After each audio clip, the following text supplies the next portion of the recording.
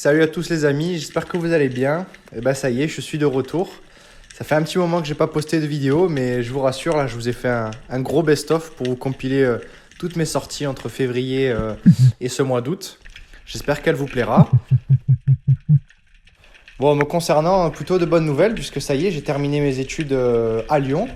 Je suis revenu m'installer à Toulon, où maintenant je travaille, et ce qui m'a permis donc depuis décembre de me dédier à 100% à la chasse sous-marine et surtout à la pratique de l'agachon que j'apprécie énormément. Bon, forcément, il y a eu beaucoup d'erreurs, notamment au niveau du bruit lors du canard, le positionnement au fond, par rapport au soleil, par rapport au courant, par rapport à la mange. Aussi des problèmes de bulles lorsque j'étais au fond à l'agachon qui faisait souvent fuir le poisson. Et ce qui a fait des mois parfois compliqués avec près de 15 à 20 sorties et très peu de poissons vus et encore moins de prix. Mais c'est pour ça que je vous fais donc une grosse compile des quelques poissons sympas que j'ai pu voir ou que j'ai pu flécher avec ces mois d'agachon. J'espère que ça vous plaira. Moi, je vais continuer à m'améliorer, à me former, faire des sorties, prendre du plaisir sous l'eau et puis continuer à faire du beau poisson comme ça. Allez, on continue. Allez, comme vous l'avez vu, on commence par les barras. Ça, c'est une espèce que je rencontrais pas du tout avant, puisque je chassais pas à l'agachon.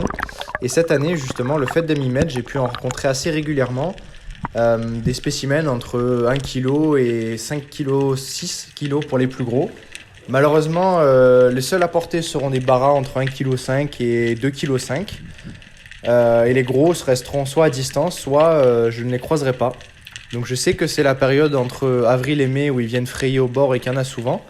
Malheureusement, j'ai pas encore vécu l'adrénaline de voir la grosse poutre et le mauvaise bouche là nous foncer dessus et appairer vivre le rush d'un gros bara. Donc j'espère que ça arrivera un jour et que je pourrai le vivre cette belle action.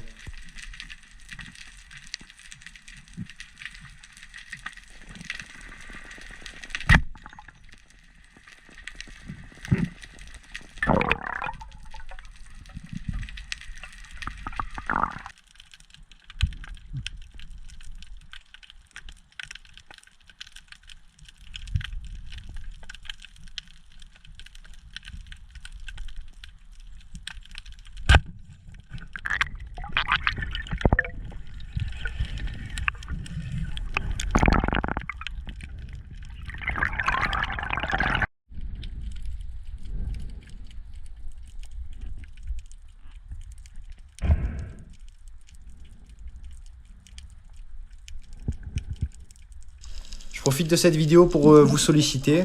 Si vous avez des conseils à me donner sur cette technique de l'agachon, au niveau du positionnement, par rapport au courant, par rapport à la mange, comprendre aussi en fonction de la météo, quelles sont les zones plutôt abritées ou exposées où il vaut mieux se positionner, comprendre en fonction de la thermo où est-ce qu'il faut se positionner. Voilà, toutes ces questions auxquelles vous avez peut-être des réponses et pour lesquelles j'hésite encore. Il faut savoir que moi, du coup, je note toutes mes sorties dans un tableau Excel pour avoir un historique et essayer de comprendre. J'ai déjà compris certaines choses à certaines périodes de l'année ou du mois. J'arrive à retrouver des schémas qui sont intéressants et qui me permettent de faire du poisson. Mais voilà, si vous avez des conseils, surtout n'hésitez pas, ça me ferait vraiment plaisir en commentaire. Ou sinon, vous pouvez me contacter directement sur Instagram, sur mon compte Nico-Spearfishing 83. Voilà les amis, j'espère que vous aurez quelques conseils à me donner et que ça me permettra de progresser et faire du poisson.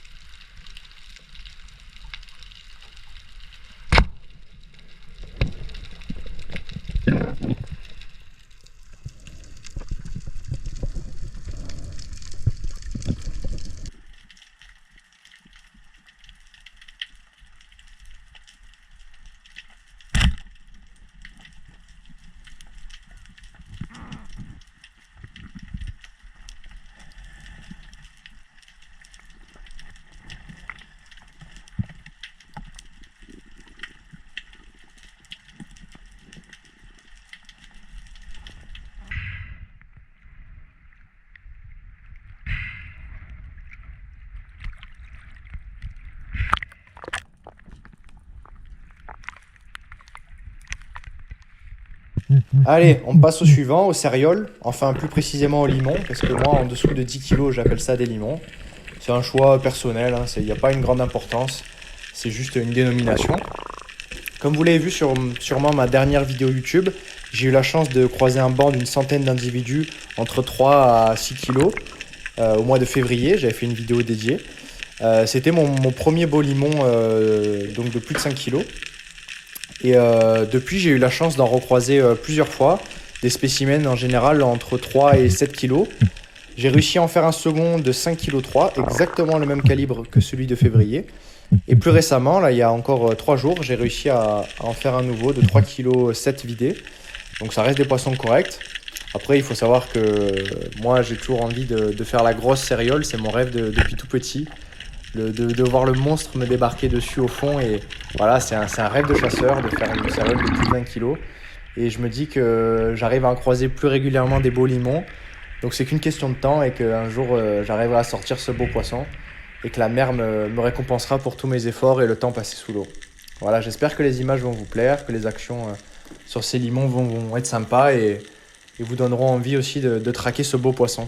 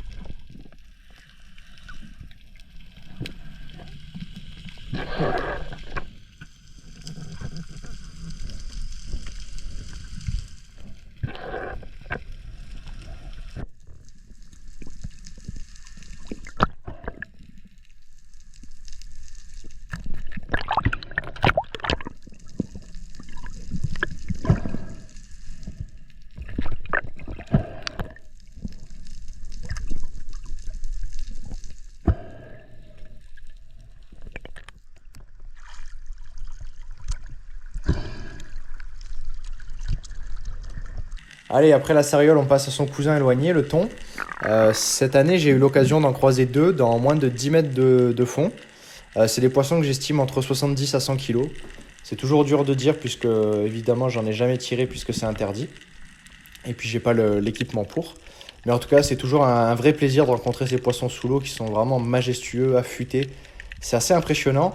Et je vous cache pas que sur le coup, avec l'eau sale, on a souvent le palpitant. Et que les apnées d'après, on appréhende un peu de retourner au fond. Donc voilà. Et puis par la suite, il y aura donc la petite sœur du thon, la Pella. J'ai essayé de les traquer cette année. Malheureusement, j'en ai pas rencontré beaucoup. J'ai dû en voir 5 ou 6 fois à tout casser. J'ai eu 2 occasions de tir, une fois trop loin. Une deuxième fois, je vous ai pas mis la vidéo. L'eau était blanche et je l'ai aperçu au dernier moment. J'ai fait un tir qui est passé trop bas. Et enfin, la dernière action, vous allez le voir, c'est un banc de Pella qui me passe, que je tire un peu trop bas et malheureusement qui se décroche lors de ma remontée. Donc toujours pas ce beau poisson à mon actif, mais je perds pas espoir et je sais que c'est qu'une question de temps pour en recroiser et réussir à en tirer. Mhm.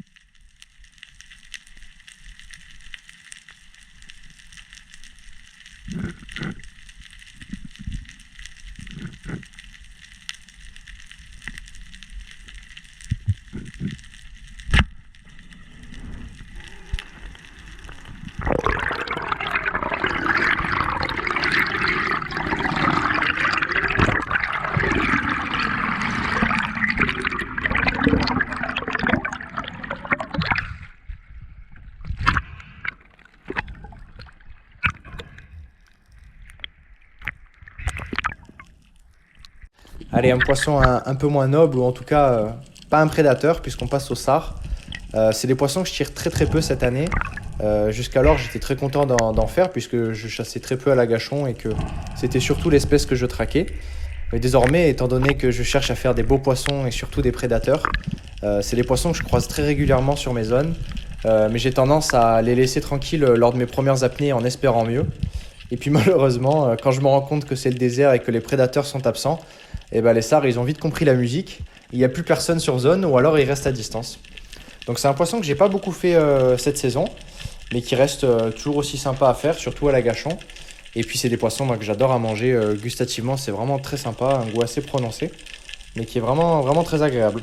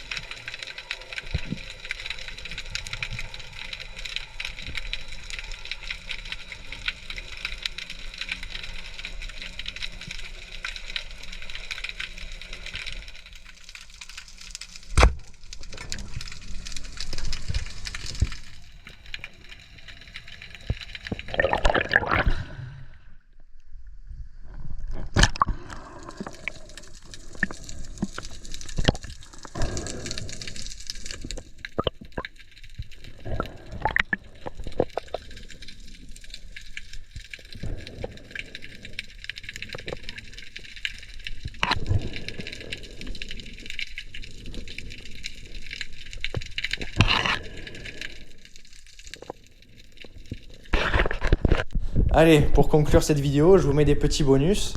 Il faut savoir que moi, l'agachon, comme je vous l'ai dit, c'est vraiment ma passion. C'est la pratique que j'adore en chasse sous-marine. Je fais 100% que de l'agachon. Et en plus, ce qui m'attire vraiment, c'est l'agachon profond. Depuis tout petit, j'ai toujours été attiré par aller le plus profond possible et rester le plus longtemps possible. Me balader dans les fonds marins, ce beau bleu, les gorgones, la mange, les beaux poissons, c'est vraiment quelque chose qui m'attire. Et grâce à ça, j'ai eu l'opportunité et la chance de rencontrer 2 super chasseurs. Ils se reconnaîtront. Merci à eux, Jérémy et Jordan, de m'emmener avec vous, d'avoir su trouver en moi un potentiel et de prendre le temps de me former, de m'emmener avec vous pendant les sorties. Et moi, c'est vraiment un réel plaisir. Je progresse de plus en plus. J'aperçois du beau poisson. J'arrive à faire des temps d'apnée qui sont respectables et surtout en sécurité. Donc, c'est vraiment un grand kiff. Donc, comme vous êtes en train de le voir, là, c'est une apnée sur 26 mètres en poids constant sur une épave là, qui est assez connue. Pendant ma descente, j'ai vu le banc de dorade. J'ai préféré me caler sur l'épave en espérant les faire revenir. Elles sont revenues, malheureusement, c'était pas mon fusil ce jour-là. J'étais pas sûr de la distance, la portée.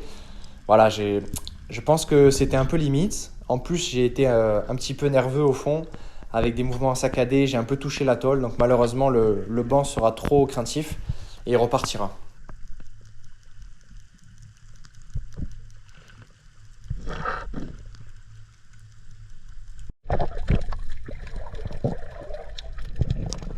Et puis ensuite, je vous ai mis quelques images. Là, il faut savoir que bien sûr, c'est sans fusil.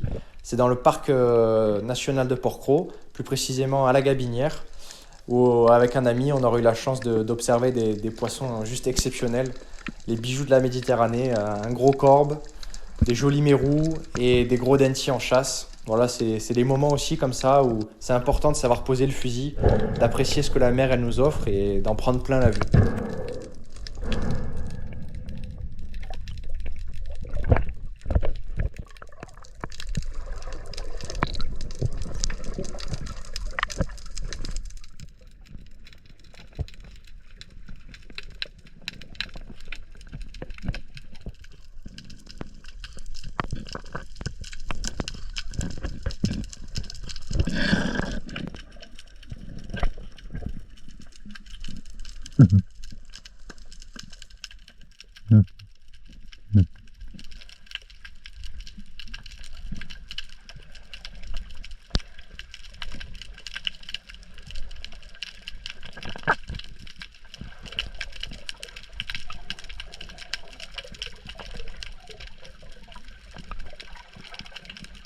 Voilà les amis, écoutez, j'espère que vous avez pris plaisir à me suivre dans ce best-of, à voir mon évolution, les poissons que j'ai pu rencontrer cette année. Et j'espère que vous prendrez tout autant de plaisir à me suivre dans les prochaines vidéos, en m'améliorant bien sûr en technique, en discrétion, en approche du poisson. Et tout ça dans la pratique de la chasse profonde, toujours en sécurité et avec le plaisir d'aller à l'eau. Allez, à la prochaine!